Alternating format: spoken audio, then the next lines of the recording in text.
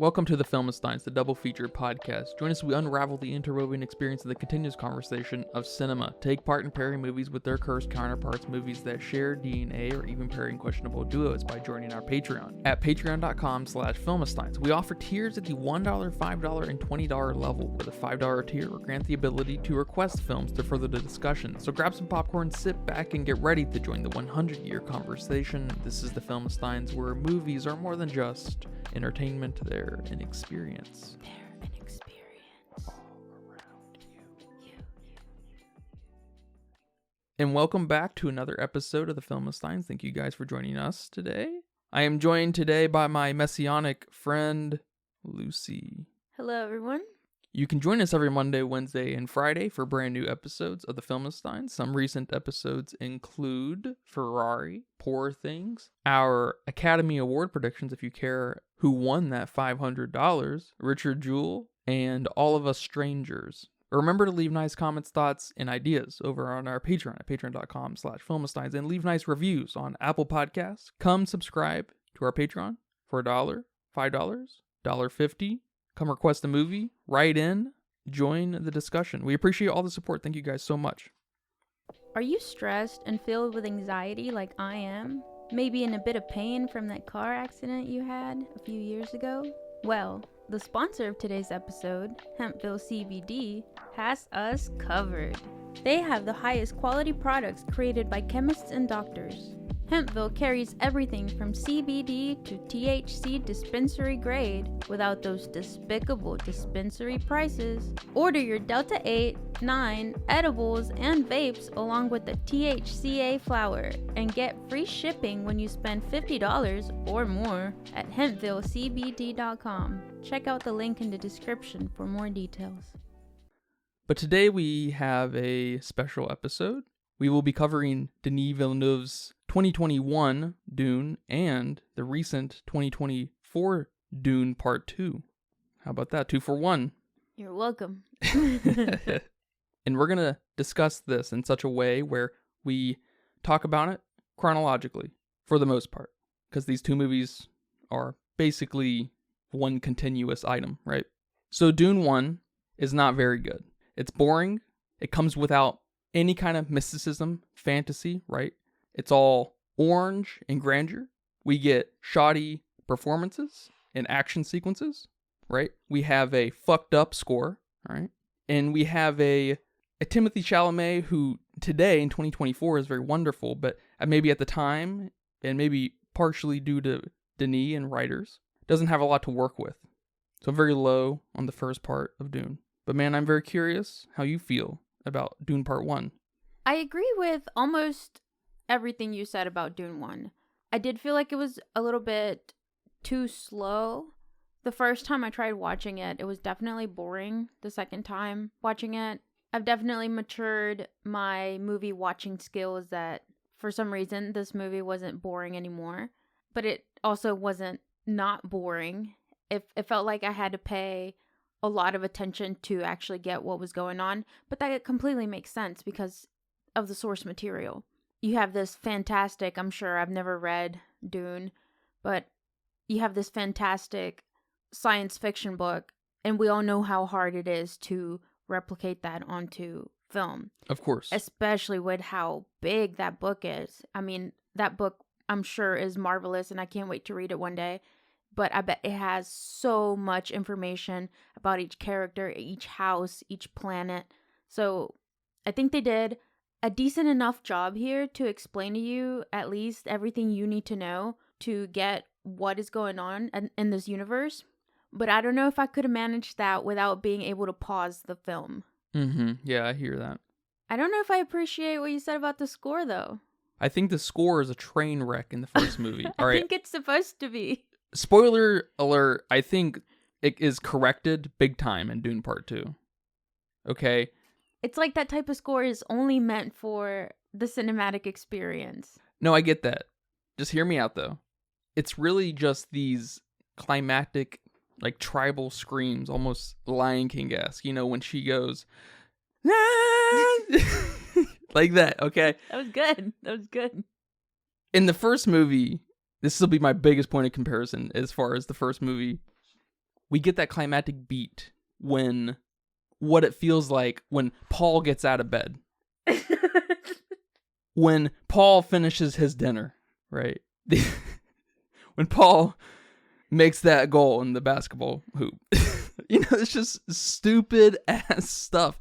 And it corrects itself in the second one when Paul gets on the worm, or when he and his followers are walking up a sand dune or whatever. It's like there's this fantastic element that they embrace a little bit more in the second one. We will definitely get to that. But those moments of, cinematic grandeur through the score in the first one are so embarrassing. As a designer, I mean. You can't fault it, though, because there's not much going on in the first one. I mean, you said it so well when we ended the first film. You said, that was Act 1, wasn't it? And yes, that's like putting your big fancy score in Act 1, not during the, the climax or the rising action, even the falling action. You're putting it in your introduction, which you have to because there's not much here to go on. We should have had a different tone or something as far as the score. There shouldn't have been this kind of monumental thing happening with Paul as the chosen one, right? But we need to establish that. Well, that's part of the fun thing throughout these first two movies is there's this uncertainty if Paul is or is not the chosen one, right? And in the first one, there's so little set up to Paul that I'm like, this kid's not even important. They literally tell me he's important, but he doesn't feel important. They had to tell me through the Bene Gesserit and the score, right? And his royalty being an Atreides. Like, okay, there's something happening here, but Paul's not giving me any of this. Denis giving me all of this. Yes, but that's part of, I'm assuming, that's part of the book. Because when you have these, I can't think of any really at the top of my head besides Harry Potter. When you have these boys who are the chosen one through some prophecy, but still you don't know if they are the chosen one because not everyone believes in prophecies, and they're just kind of like fumbling, and it takes a while for them to get to they are the chosen one. They are whatever they are. But with Harry Potter, we still have these very magical moments, when he grabs the wand, or in the introduction where we just see a little tiny baby with a lightning bolt, and we have this really cinematically beautiful score pronounced a baby. It's almost like we're comparing it to that. It's almost like you should already know who Paul is. And I appreciate that. But like Harry Potter and unlike Dune Part 1, where's the mystery? Where's the magic to help me wonder about what's happening in this world? Make me feel like Arrakis is a dangerous place, right? We get this sandworm moment. It's very cool cinematically. It's very cool visually.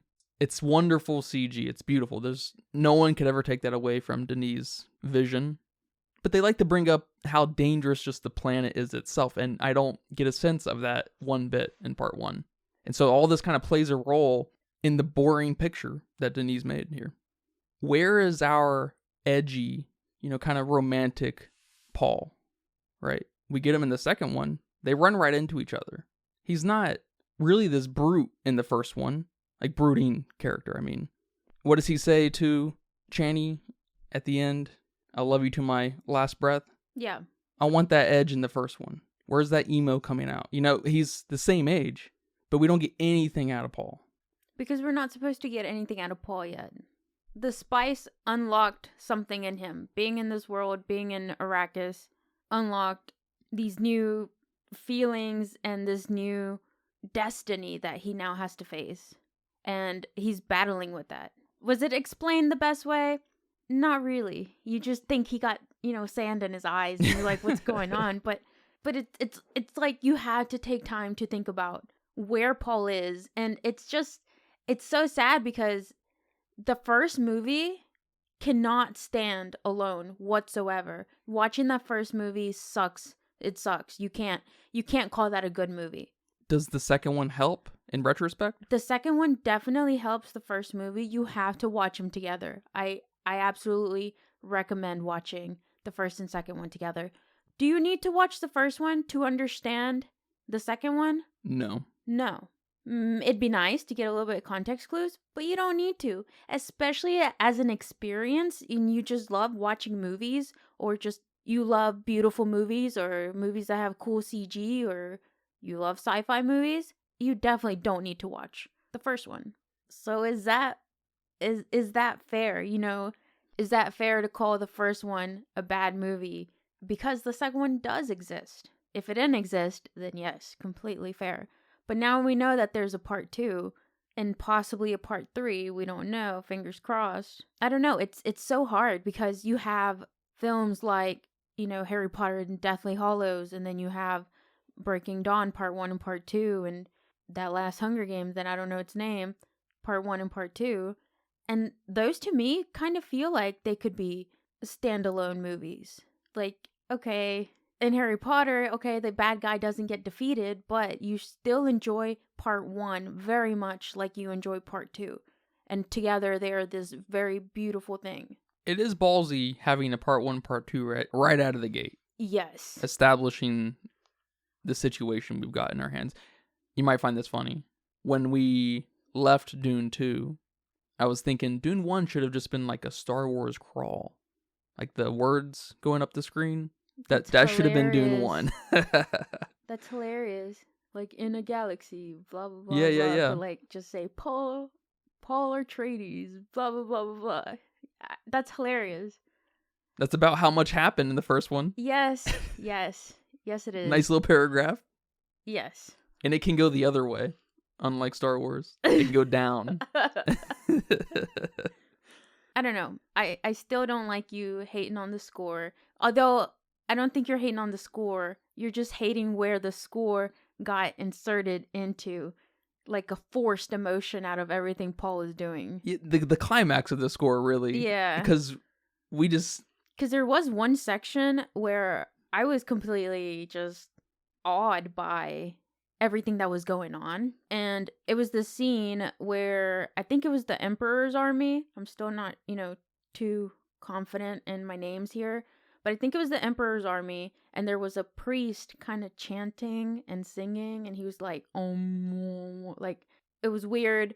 And then there was like upside down humans bleeding into this pool, and then some like nuns looking things were like going around and almost like a Ash Wednesday putting little crosses. Was that with the Harkonnens? Well, they were with the Emperor's army, and one of the Harkonnen dudes was there to recruit them. But yes, and that was really cool. That I really liked everything I saw there, visually and score wise. Yeah, I kind of while watching the first one, I wanted just more of the Harkonnens. I wanted more of Daddy Skarsgård, Vladimir. And Batista's fine. I'm a big Batista fan, as some of our listeners might know. He's fine here. He's better than Jason Momoa, I'll tell you what. Oh my god. Can't wait till we talk about that.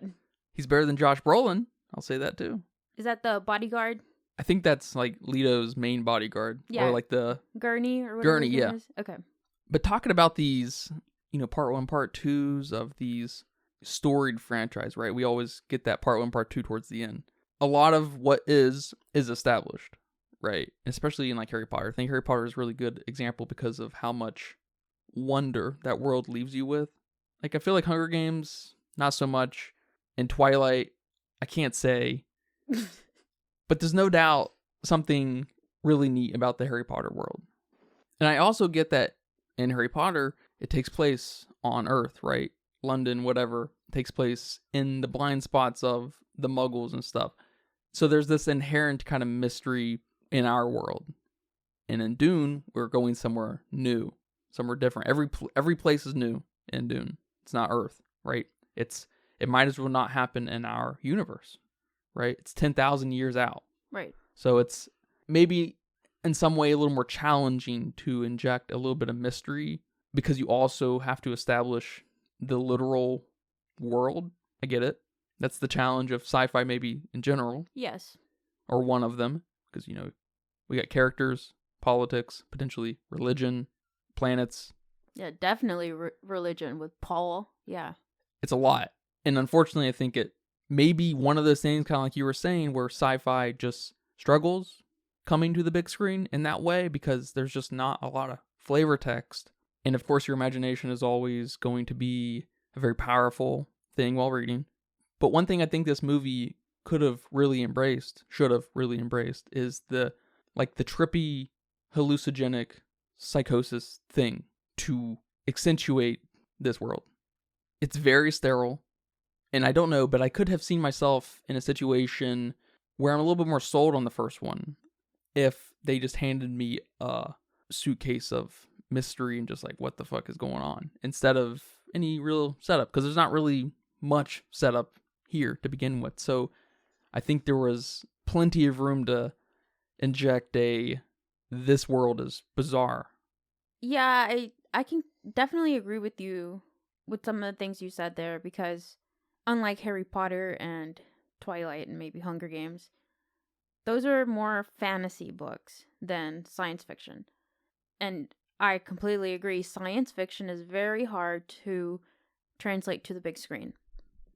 It's very difficult, and I mean, I even applaud people who try to do it because I wouldn't even know where to begin. And unlike a lot of science fiction that's out there, Dune is definitely a standout. In a good or bad way, I'm not sure. But we don't have any artificial intelligence. We don't have any monsters, aliens, that type of thing. Really, what just classifies this as a science fiction is that we have intergalactic travel and some sort of, I think you said it earlier, politics, religion, social debateness. And that's pretty much it. We don't have a lot of your other science fiction tropes that we typically have in a movie that help elevate movies, that help give you that mysteriousness or that creepiness. Here it's just, we're fighting over spice. It's like a very religious and political driven film, which I think is very different. And it's a very weird movie for me to categorize in my head. And I think that kind of explains why it looks the way it does, kind of more minimalistic and almost natural, but not really. It's like you said earlier, like, I don't know how many thousands of years later on when, we're over our consumer shit, but now we've gone back to something more religious based. I don't know. And that helps it kind of make sense in my head on why some of these characters, especially like what's she called, the Bene Gesserit lady, the main lady, why she looks like a chess piece. Almost this kind of regalness or royalty vibe that I'm getting from this film. Saying it like that, I don't know if I'd be okay with something so like trippy and hallucinogenic, but adding the spice into this makes it to where that would have been cool, but it almost maybe would have taken a whole different inspiration from the source material. Again, I can't speak to the source material. I don't know, man, because in retrospect, after watching the second one, the Bene Gesserit seemed to be a little bit more transcended spiritually and just totally otherworldly anyways. I don't know. She was just a nosy old lady that's getting into everyone's business. But they can see the future. They have many voices happening at once. There's a lot of fun happening with them. Yeah, it's almost like we forgot to include them in the first film and what they have. The only thing we get from them really is the voice. And the voice is cool, I will say. Cool. Yep. But they're just one of these many things that seems to beg for the mystery. We don't get anything out of the Bene Gesserit other than Paul's mom's motives and where her loyalties lie. Yeah. Like, okay, that's fun. I'll admit, it's very fun. But they're sort of the main characters of the universe. After watching the second film, yes, completely agree. So I guess I kind of ultimately disagree with you in a way where I think the second film injures the first film because it exposes its almost like its lack of vision. Yeah, and its resistance to make you wonder anything. I see what you're saying. You know, I want to... I mean, I haven't read the book. I'm not a fan of science fiction. I'm not a fan of fiction in general, really. Because you're a sourpuss. But I do want to want more out of the world, right? That's a good feeling to have with whatever. It gives you drive into immersion, and it's just good storytelling. Yeah, but I think there was enough mystery here to keep you engaged, at least, with the Harkonnens and with the House of Harkonnens and that doctor betraying the House of Atreides. And you're like, what the fuck is going on? And then his visions. Yes, okay. Zendaya is beautiful, sure. When she turns around. All right, cool. But then we have the other visions with that guy at the end that he killed. I don't remember his name. And you're like, wait, what? Like, I thought he was going to help him. And then the vision he saw of Jason Momoa's character. It's like, wait, is he a traitor? Like, what is going on here? So I think there was enough mystery for me here, for sure. Until you get the second one, you're like, wow. Okay, yeah, what did you do? So you can't watch the first one without watching the second one. You just can't. Zendaya really is his dream girl, isn't she? Yeah. She sure is, literally. The visions kind of suck.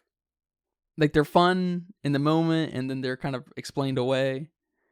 You know, especially the Jason Momoa one. What's his name? Duncan. Duncan's hanging out with the Fremen, and you are kind of like, oh, that's a interesting image. What is he doing there? He's spying, whatever, trying to figure a way into, you know, kind of communicating with these people on their ground and trying to find peace and stuff. Okay. But then Duncan comes home and dies. It's just like, so, okay. Like, Duncan's obviously not important in any of this unless we're just going to have a Marvel thing where everyone just comes back all the time. So it seems. I'm not that familiar with Marvel, but... He's probably a character in the book that's super important, and we're supposed to feel super sad when he dies. Then why'd you cast Jason Momoa? But unfortunately, he wasn't portrayed like that. No, he was a dork. All right. Jason Momoa is a goofball. I like him in Game of Thrones because he doesn't speak, you know, of any consequence, right? I'm just going to say that fight sequence where they're at, like, the Atreides capital and they're escaping or whatever, and he, like, jumps on some dude. Oh, yes. It's so bad. That was bad. That was the peak of bad choreographed, fighting. One of the worst I've ever seen in, like, a major, big-ass movie like this. That's obviously something that's corrected in the second part. Denis doesn't know how to capture fighting. It's very clear. And this might be a little conspiratorial, but I feel like the shield thing is almost Denis' way out to justify why the fighting looks bad, strange. Because they need, they have this, like, second layer of something on them, and things can penetrate it, but some things can't under certain circumstances. And so it makes the fighting look bizarre, I think, just by nature, but it feels like it's an excuse because he didn't know how to capture fight sequences at all. He didn't know how to make them look cool, I guess. I don't know. That was definitely very much improved in the second one, for sure. And I imagine it's hard when you have characters that are not fighters. They're not playing these characters who fight, like John Wick, Jackie Chan. They're not trained to do that. So it's probably already awkward for them. And then now you're throwing in this element that, okay, you're going to fight this guy, but now you have this suit that some objects may or may not penetrate depending on how hard they hit you. But they're not actually hitting you. So you don't know. So you're reacting. I don't know. I'm helping him justify it. But it did look bad. Especially that Jason Momoa jump. That was hilarious. I don't think I saw it the first time. But that second time we rewinded and played it back. It was so funny. I could have jumped better than that. It's so bad. And I know there's instances, especially in the second one. I can't remember if there was any in the first one where they play with gravity a little bit. They have these suits that can manipulate gravity around them. And I don't know if that's what was happening in that instant, but... I don't think so. Yeah, I because you almost want to exaggerate something like that if you're playing with gravity. Like with Vladimir's character, Yeah. where he's floating up into the ceiling or whatever. He's like, whoa, whoa, whoa, hitting the ceiling. I was going to say earlier, every time we saw the Harkonnens, I was just like, man, this is way more interesting. These guys, why is he in a tub of tar, oil, whatever? Why is he naked? Why are there dead ladies in the corner? Yeah, why does he float? Why does he float? I was like, why is this man so tall? He's not tall. He just floats. What is Batista doing here? It's weird and very interesting. And you later find out in the second iteration, Dune Part 2, their whole thing is just aesthetic. They're kind of an inconsequential piece in this chess game, which is mildly unfortunate. But they were those little diamonds in the rough that I was mostly looking forward to in the first one. I was like, all right, when are we going to see Daddy Skarsgård again? No, I definitely agree with you there. They were definitely some of the most interesting bits that you're like, what the fuck is going on? He looked weird as fuck. No one else in this world looked as weird as he did. Maybe the Bene Gesserit, but that was just her costume. She wasn't doing weird things per se. But Vladimir was, and he, like you said, he was in a tub of oil. Okay, he was floating up after he got killed. Everyone else died except him. Like, what the fuck? Like, he's just such an interesting character. And we tend to do that with bad guys. You know, Voldemort looks weird as fuck. He's one of the most interesting characters because he knows the darkest of magic, and this motherfucker can't die. So we tend to do that with them, but, you know, we don't take any less from our beloved characters like Harry, Dobby, the rest of the crew. Lupin, I know he's one of your favorites. Hagrid. You know, we don't take any away from them. So where are these, you know, weirder, interesting characters in this world? Is it just him? Like, we haven't explored enough of the world yet. Okay. What's his dad all about? What's Paul's dad all about? He's the head of House Atreides, right? But he feels like a simp. He feels like when the tough gets going, he's not going to be able to respond. But he's the head of one of the great houses. I'm not sure where Atreides sits exactly in that. But they're being called upon to be eliminated, so they're a threat, right? That's not just because of Paul, I would imagine. I would imagine it has something to do with their weaponry. Well, it has to do with Lady Jessica, though, right? I would imagine in part. Imagine there's... Because she's the one that's supposed to give birth to the whatever Messiah dude. I don't know what they called them. They had different names for him, so... Which is cool. Yeah. Helps build this religious idea that starts to transcend time and space, literally. Mm-hmm. That's awesome. Yeah, some of the world building here was a bit of a miss, but again, I don't know what I'm missing out. Besides with Vladimir's character, I don't know what I'm missing out. But you would think with so many houses and so many worlds, so much intergalactical travel, we would at least run into different looking people. But we're mostly stationed in Arrakis, so it doesn't give us much besides blue eyes on the Fremen. Is that caused by the spice? I don't know. Did they say that? No, but it seemed like it, because at times it seemed like some didn't have blue eyes and sometimes they did. So I'm not really sure. I did enjoy some of the other world building things, though. I really like the sandworm. That was cool as fuck.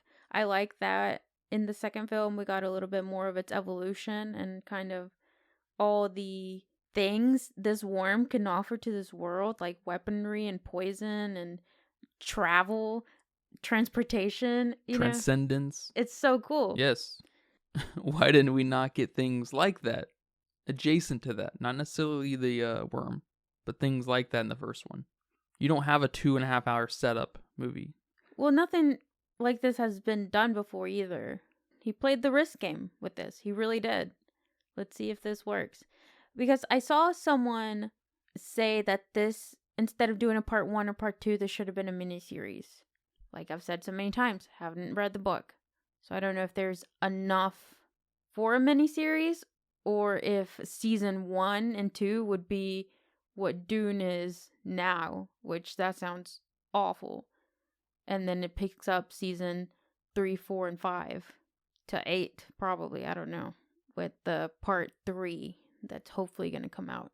I don't know if I see this being a show quite like I can see something like Aragon and obviously Game of Thrones. Huge, like that was the very best call anyone could have done with that series. Yeah, can you imagine a Game of Thrones set of movies? No. That sounds like it would suck. Yeah. Yeah, I don't think the show thing would have been the right route either. It may have been the lesser of two evils, I guess, kind of thing where, all right, the intro, the setup to this big ass story is, no matter how you cut it, something you need to grin and bear. But man, I just can't get away from injecting that magic to the world in some way or another. We don't need the hallucinogenic stuff necessarily. We do, I think, within Paul and Bene Gesserit. I like the physicality of the world. I really do. And it's especially accentuated in the second one. There's no AI, like you said. That's fun. There's no, like, space travel. There's no ships, really. There's no artsy-fartsy weaponry, right? Yeah. Although some of the tech was cool, like the helicopters that represented, what'd you say, what bug? I think the design was inspired by Dragonfly, but I can't remember where the sound of the flapping comes from. Oh, no, I was just saying visually. Yeah, they look like dragonflies. That's cool. Everything is so simple, though, and I liked it.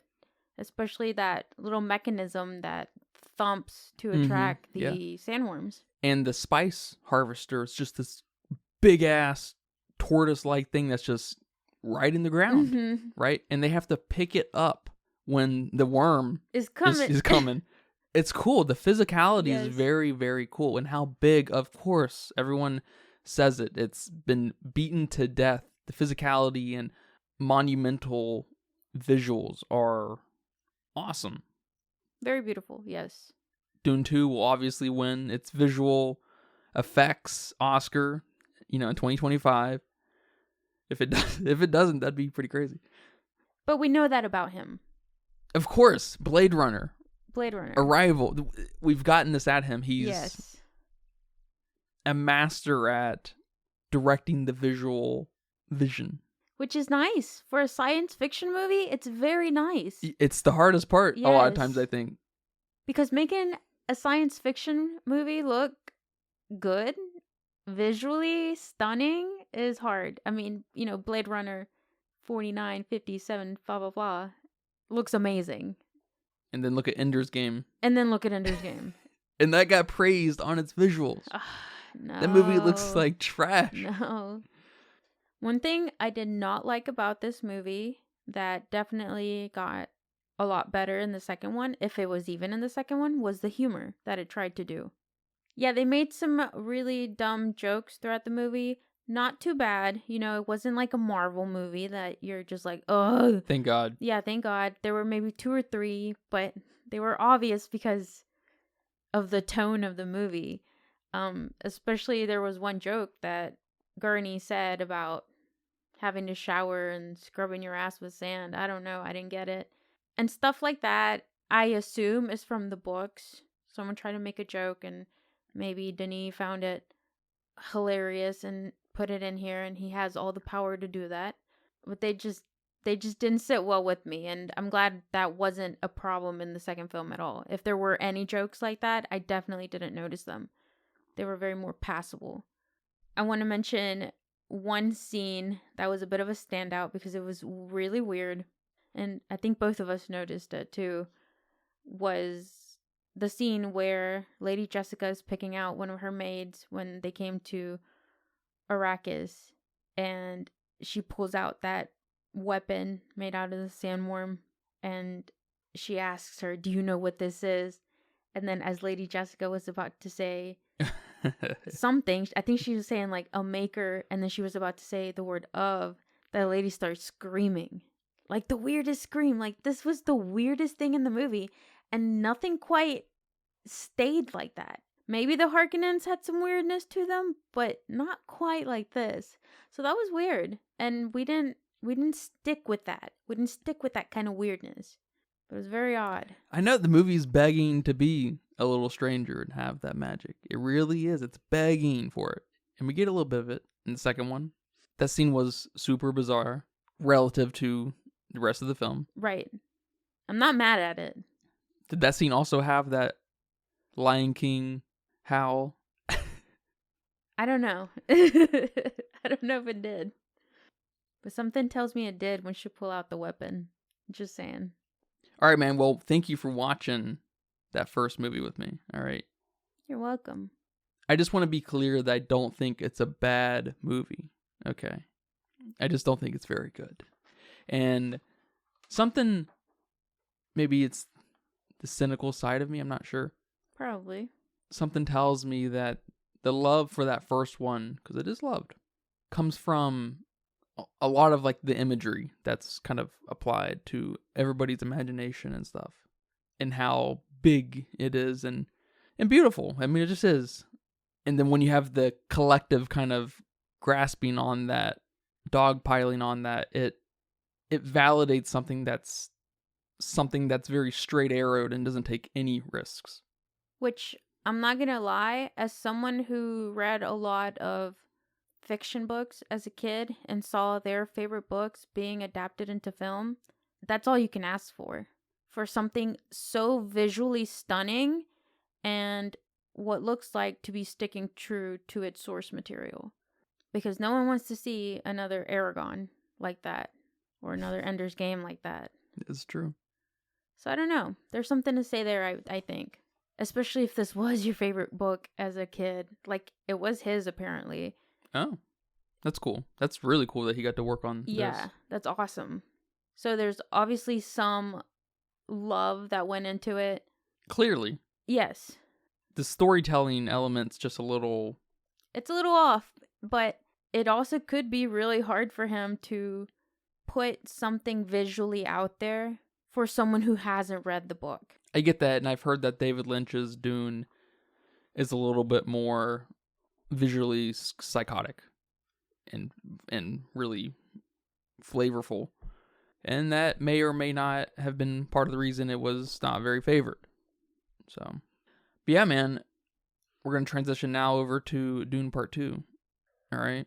And I'm very happy to, because like I was saying at the very beginning of this episode, Dune Part 2 corrects a lot of itself. In almost every way, I had a problem with the first one. Mm-hmm. So I think it's a very good movie. I will say off the top of this part of the episode that Dune Part 2 is severely overrated. What do you mean? We'll talk about the Letterboxd score here in a little bit. Okay. Oh, shit. Okay. Yeah, it's craziness. But I'm going to give you one guess to who the star of Part 2 is. Who is it? Actor or character name? I mean, definitely Austin Butler. No? Wrong. Wrong? Stilgar. Javier Bardem. Oh, I mean, yes, he's for sure second. He would for sure be my second guess. Austin Butler also very good. Javier Bardem is in one of the greatest movies ever made, of course, No Country for Old Men. But he's usually in kind of nonsense films. I don't know what is about that. That's, he does him. But this Javier Bardem might be my favorite second film of his. I love his fanaticism. I love the development and just total explosion of that towards the end of the movie. I love that whole angle with Stilgar. But yeah, man, how did you feel about Dune Part 2? I really liked it. I liked it a lot. I love that we saw this at the movie theater. That was awesome.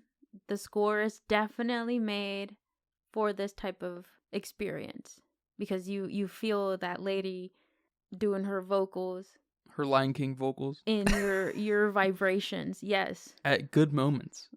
Okay, whatever. I'm just saying overall you hear them here and they just travel through your body. It was so awesome, man. If you can see this at the movie theater, see this at the movie theater. The only part there is it's long. I don't know how long it was. Maybe 2.5 hours. It's 2 hours and 45 minutes. And everyone knows at the movie theater, you have to get there a little bit early if you want a good seat, if you want to get, the popcorns, if you want to watch the trailers. So you're pretty much there for like 3 hours. And then if your dumbass is sitting there waiting for like after credits, you're there for a while, you know? So it's rough watching a long movie at the movie theater. I started to get antsy, but it was very, very late, very, very towards the end. I mean, I think we had like 10 minutes left, which is awesome because when we went to see Batman, I think we were 30 minutes in and I was already feeling antsy, and it was a horrendous experience for me. I think with Avatar, the most recent Avatar, Way of the Water. Way of the Water, thank you. Maybe about halfway I started feeling antsy. So if that doesn't tell you, Oppenheimer, I didn't feel antsy at all. So if that doesn't tell you the quality of movie, for me, like just innately my body's like, all right. That's funny. But I thought this was a good movie. It was very badass compared to the first one, especially. We had a lot more interesting characters and some, beloved characters that have been on the rise for sure. So that was very interesting. I know you said the first one felt almost like a first act. Did this feel like a second act? Or did this actually feel like a proper movie to you? It felt like Act 2 and 3. Okay. Completing the movie. And I was just wondering, I said, of course, that I wish that first movie just was a crawl at the beginning of this one. Maybe we make this movie over 3 hours and add 45 minutes of the first movie, and we just have that big-ass movie here. I don't know if that would have been wise, but this did mostly complete something in my mind, right? I wish we could have gotten Austin Butler's character maybe hinted in the first movie or something in some way. Maybe we did. I'm just an idiot. Just to kind of help elevate his whole presence and death a little more. But Austin Butler did such an excellent job. They captured him in such an excellent way that it was still very good. Austin Butler was very great. And no, that's very true. You say that, and I agree. I would have liked him to at least been hinted at. Maybe we're both dumb and we both didn't catch it. Because he was also supposed to be one of the prophesized chosen ones. Okay. So it was either him or the girl, or I don't know. I'm not exactly sure, but he was also somebody that could have been the chosen one. Which I love. Yes. That there's not this definite thing that we're trying to manipulate nature into this condensed, transcended being. Yes, which, again, it's a Harry Potter day today, but Harry Potter wasn't the only chosen one. Neville could have been the chosen one too. So I like that I can draw kind of comparisons to that, even though Neville and Austin Butler's character here are nothing alike. One's a scary ass motherfucker and one's a nerd. He's Neville, So I really like that. So hinting would have been awesome. It would have made his death sadder. It would have made his death even more honorable in a way. More significant, because what if he still was the chosen one, Mm-hmm. It's just because he dies, like the Emperor, people said that when the perceived chosen one dies, it only makes their faith stronger, kind of thing. Oh, yeah. So some kind of emphasis on that would have been very neat. Yes. What do you think of Christopher Walken, the Emperor, and Florence Pugh's character interference more? I thought it was actually probably the weaker part of the film. We get this weird stoicness out of them. There's no flavor. There's no flavor to where they are, except in their dress. Well, I don't think we're meant to have that flavor to them yet. I think that they're going to be a huge part of part 3, that it was not necessary to do that to them yet. But I like them. I thought they were at least a nice addition to see who the Emperor is, to see that there's more to just Paul and, these 2 houses pretty much. I don't know if the Bene Gesserit are a house. There's more than just these 3 houses. There's an Emperor, and we get to meet him, and we know he's the one behind having Paul's dad be murdered. So I do like that they were introduced here, at least. I like placing the face with the actions, of course, because it's revealed that they are at the core of organizing the genocide, really, of Atreides, the family, right? I don't know what I would have wanted more out of them, but I can only give it probably the best compliment in that it made me want more. Unlike in the first one where they didn't let my mind wander at all. Yeah, there's definitely some mystery to them here for sure. That makes you want to see them in the next movie. It makes you at least care about what's going to happen next. And I get the feeling that Florence Pugh's character is up to something. She's always up to something. She plays characters that are always up to something. So I wonder if there's something here to that. She's a up to something girl. Yeah, she is. And we know this movie looked amazing. We know this movie had an amazing score. It was visually stunning. So we know that was something he definitely brought to the first one and definitely did a even better job. Yes. Here. He did a better job here for sure. I don't know if that was because there's a lot more going on or because we're actually out in the sand with Paul and him trying to become a Fremen and all that. It didn't feel as dusty. It felt a little more clear and like saturated maybe. The first film felt a little more gloomy and sandy and like foggy. Yeah, I can definitely see that. It felt more clear here. But sometimes I just blame that on where I'm watching it. That's fair. I did like that we had a lot more things explained here. We had a lot more lore, like I said, with the sandworms and just kind of all the properties that they bring to Arrakis and all their uses. I mean, that was such a cool scene when that lady lured him out of the sand and basically drowned that poor baby sandworm to extract some poison that's gonna unlock some knowledge of the future of the universe. Like what? It's what awesome. The fuck? That was How did awesome. they get that sandworm in that little sand pool? Yes. You know what I'm saying? How did? Because okay, you're gonna attract it with rhythmic beatings. How did a giant one not come out from under there? They finally start to make this world feel lived in. It's breathing. It's occupied, right? There's not, what did Duncan say? 100,000 people or 100,000 Fremen. There's actually like tens of millions of them. Yeah. It starts to build this world out. Yes, it does such a great job. It does such a phenomenal job at world building. This is what I wanted to see from the first one, really.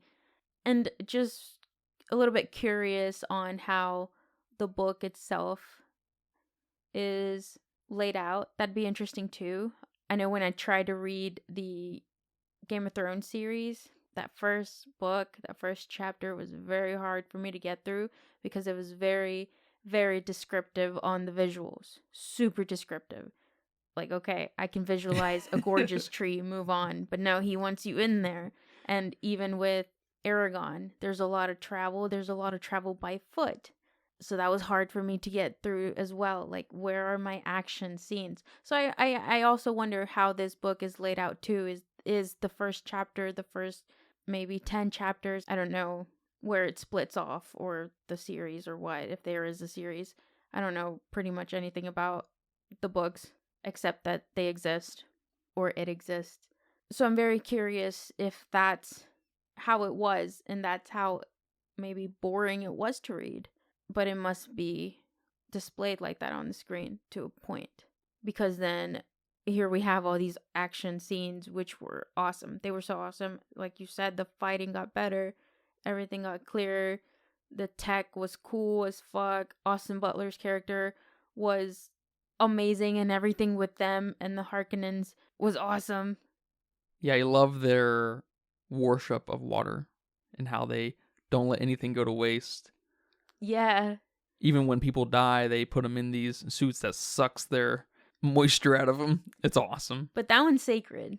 That one was sacred. Which, you know, as hardcore they are about, like, don't cry or you're gonna waste your water, it almost would seem like, thank you, friend, for leaving me some water behind. But alright, I guess we all have our limits. It's the fanaticism and evangelist kind of nature of some of these folks, and it's really neat. Yes. I love this complete focus of the Fremen rivaling each other, even especially when it comes to Paul, on what is and isn't like constitutional to them. Right. And I'll say, when the Harkonnen were shooting down their mountain where their sacred pool was at, I was like, dang. I was sad too. I was sad too. Not gonna lie, I was sad towards the end. A lot of it, even some reunions of people that they hadn't seen. I got some emotion stuck in my throat. That's awesome. Good job. Thank you. Yeah, when Gurney shows back up, they have that beautiful moment and everything. I'm just like, he's one of these dregs of the first one. Boo. Which, to be fair, we don't get anything of him, really. Yeah. He basically takes a step back. Gurney's there to now serve Paul. Yeah, I like that too. There was a lot of things I liked here. There were a lot of scenes I liked. Way too many scenes I liked. But I guess there might be two standout scenes. The first one is when Paul rides Grandpa Sandworm. That was awesome. Or I guess that whole sequence there was awesome. From everyone being like, all right, dude, you're gonna die. It was nice knowing you, basically.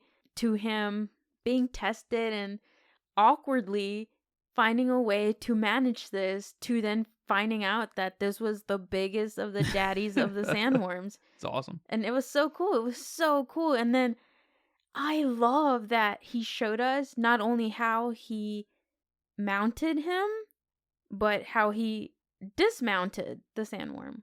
It was all so cool. Because these little things are, especially if you're a huge fan, these little things are things you think about. Like, how did he get on that? How did that happen? But here we were actually shown something, which I was a little bit thoughtful about, because in a lot of movies, I feel like this is where you would throw in your montage of Paul learning to ride a sandworm and learning to fight and learning to bear the desert and survive, And we get it here in a like trial kind of way. I was just thinking, why are they trying to kill Paul constantly? Everything's like, you could die. But we don't get it in that fast montage way, which I really appreciate. A lesser filmmaker would have made that a 2-minute montage. Yes, and I very much appreciate it. I appreciate all that hard work that went into this. I saw in an interview where Denis very briefly says that scene took them about 4 months to film. Jesus. It pays off. It pays off. Because even before that, when the grandpa worm is moving about in the sand from far away, a lot of the Fremen start standing up. Yes. And they're like, because they know, and there's like this like, oh shit moment, because people who haven't read the book, aren't totally on the same page. But there's this sense of worry. Like, oh shit, what's going on here? It's awesome. And talking about that, I really, really, really love that we didn't know that they were rideable. And in the first movie, we had that girl, and she took out her little like nunchuck looking picks to grab onto the sandworm, but we didn't know that then. And we're just like, what the fuck was she doing? Was she gonna kill him? What, like, just a layer of confusion. And just this very tiny idea in my head was like, no way was she going to get on it, right? Like, that's weird. I didn't think ride it at any point, that whatever, but I thought maybe just wait for it, get killed. I don't know. A lot was going through my mind. And in the second film, you see it. And then you see Javier Bardem's character riding it and wave at Paul. Like he's surfing. Yes! It was so cool. That whole revelation of them being used as transportation was so fucking awesome to see. Yeah, it really showed you the power they have over the desert, how much control they have over their lifestyle. And then Paul asked if he could learn, and Chani's basically like, no, you have to be a Fremen And he's like, oh, he's so sad, but then he gets to do it. And I was so excited for him. My favorite part about the whole riding the worm thing was, I guess, towards the later half of the movie when they managed to put large groups of people on the backs of these worms. Just like, how did they get up there like that? It's awesome. If you were going to show us how Paul did this shit, you could have at least like hinted on how a group of people does this. I know. I was like, why is this the cutest thing I've ever seen in my life? Know. They're all right. That was so good. And then my second favorite scene, sequence, whatever, was when Chani and Paul were shooting down one of those helicopter looking thingies, and they were playing with the shadows and being hidden by the other piece of machinery. And it was such a very beautiful, almost romantic scene, and just so kind of badass. It was so cool. And I love that when they finally shot him down, you see them both running, and Chani's like just cheering and kind of whooping and stuff. And it was good. That one made me actually smile outwardly. Yeah, that whole section was great. I like how they hide in the sand to ambush these things. Yes. I'm just like, that's crazy. That's awesome. There was a lot of fun in this film. A lot of fun that wasn't even hinted at in the first one. This is the polar opposite as far as the fun factor. Yes, for sure. The first movie is not fun. I like this echo of this little mouse thing that keeps popping up too. I'm not sure exactly what it's called. I think Paul was named after it. Yeah. But I like this echo of this little critter in it because it just shows this love for where the Fremen are at. You know, this is their home. They know everything about it. They know how to control it. I like how they know about like worm territories and, you know, where they can't freely just stab the sand with the thumper. Yes. It's very cool. It is very cool. It's very well thought out. It's very well executed. I have no complaints, at least for the world building and the excitement and the fun this film had. I was confused on some of the story elements that I wish I would have had time to maybe pause and think about kind of what was going on, especially with Anya Taylor-Joy's character and her as a baby and maybe her significance to this. But again, she might be like the Emperor and Florence Pugh's character that will definitely expand on whatever I didn't understand in the third film. Sure. I assume that's going to be a central part of the movies moving forward, is Anya Taylor-Joy's significance. I took that as, so Paul's mom took the water of life, right, to become a reverend mother. Mm-hmm. And they didn't know she was pregnant, which is hilarious. Straight up. It's funny because Paul knew. I guess that just shows you the power of his transcended mind. Yeah. But this other reverend mother didn't right away. I was a little like, that's okay, whatever. She's not that powerful, you know, because it's only been, a few weeks since maybe Paul even knew. So she's like maybe a month pregnant or something, because his mom was like, how do you know that? Like, I don't even really know that for sure. But that was in the first. Yeah, but they take place over just several weeks, right? It's, I guess kind of hard to tell as far as like time goes. I guess she's still pregnant and she's really big towards the end, so at least maybe like 8 months. Oh, that's fair, yeah.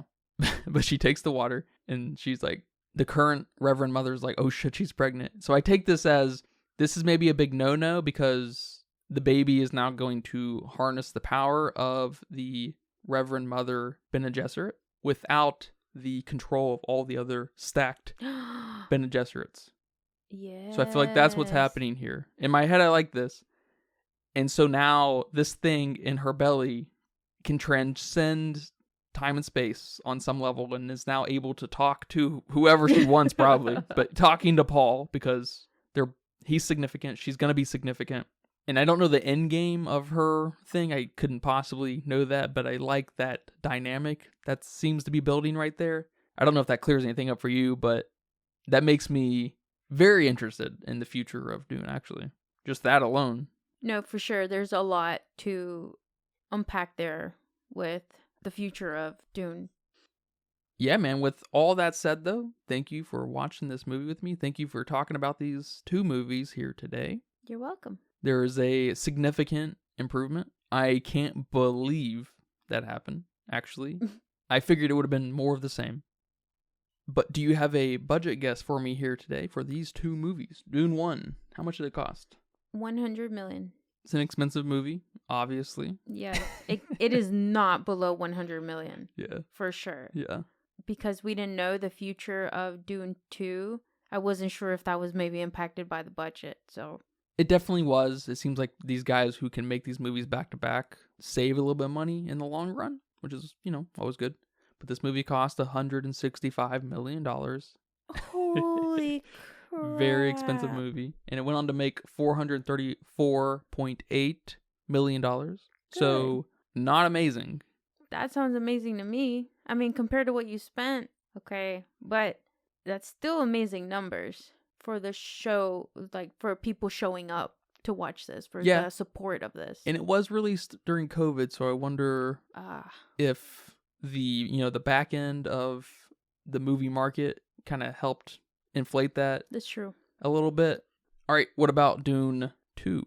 Well, my original guess was 150, but I hadn't looked up what Dune 1 was, so I just guessed these back to back. But if the first one was 165, I am not confident at all with my 150 million guess. I guess I'd bump that to 175. Apparently it was 190 million. Oh my god! And so far it's gone on to make 369 million. What is that, 2.5 weeks on the market? That's pretty awesome. Yeah, I think it's on track to do pretty good. Okay. We'll go watch this so we can get a Dune Part 3, because now I'm very curious. Well, over on Letterboxd with 2.42 million people. Holy almost shit. 2.5 million. They weighed in at 3.9 for Dune Part 1. I gave it a 3.5. Dune Part 1? Yes. Okay. Yes. Obviously, you did not. No, I gave it a 2. Okay. I can tell. And so far with 846,000, almost a million already. For Dune Part 2, they gave it a 4.5. Wow. That's a lot of people, and that's a high score. That number is not budging much. I gave it a 4, but that was also almost like a high. Of course. Of watching it at the movie theater. It's such a beautiful movie to experience at the movie theater. So, I don't know, it might come down depending on what else pops up this year. I totally hear that. That's one of the so-called shortcomings of trying to analyze, criticize a film from the theater, because it's a powerful thing sometimes. Yes. So if I give this anything lower than a 4, Dune 1 definitely has to come down. So of course. They'll both get readjusted. I'm bouncing between a 3 and a 3.5. Dune Part 2. Oh my god. Okay. What? You obviously liked it. Like I said, it's a significantly much more competent film from every angle. Can't just rely on visuals, Denis. He knows that. He knows that.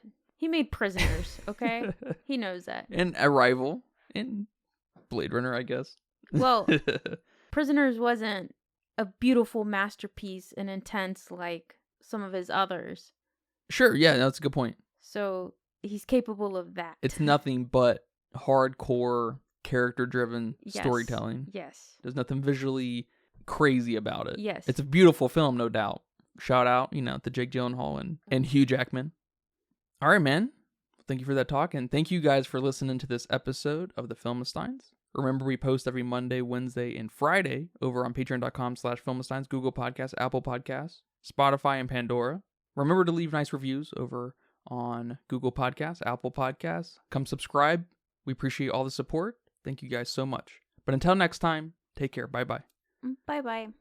And that's a wrap for today's episode of the Filmistines. Thanks for tuning in and joining us on our cinematic journey. We hope you enjoyed the discussion and gained some new insights and perspectives on the world of movies. Don't forget to subscribe to our podcast on your favorite platform, especially Patreon, at patreon.com/Filmistines, and follow us on social media for more film-related content. We love hearing from our listeners, so if you have any feedback, suggestions, movie recommendations, or book recommendations, please feel free to reach out to us. Until next time, keep watching and keep loving the magic of movies. This is the Filmistines, signing off.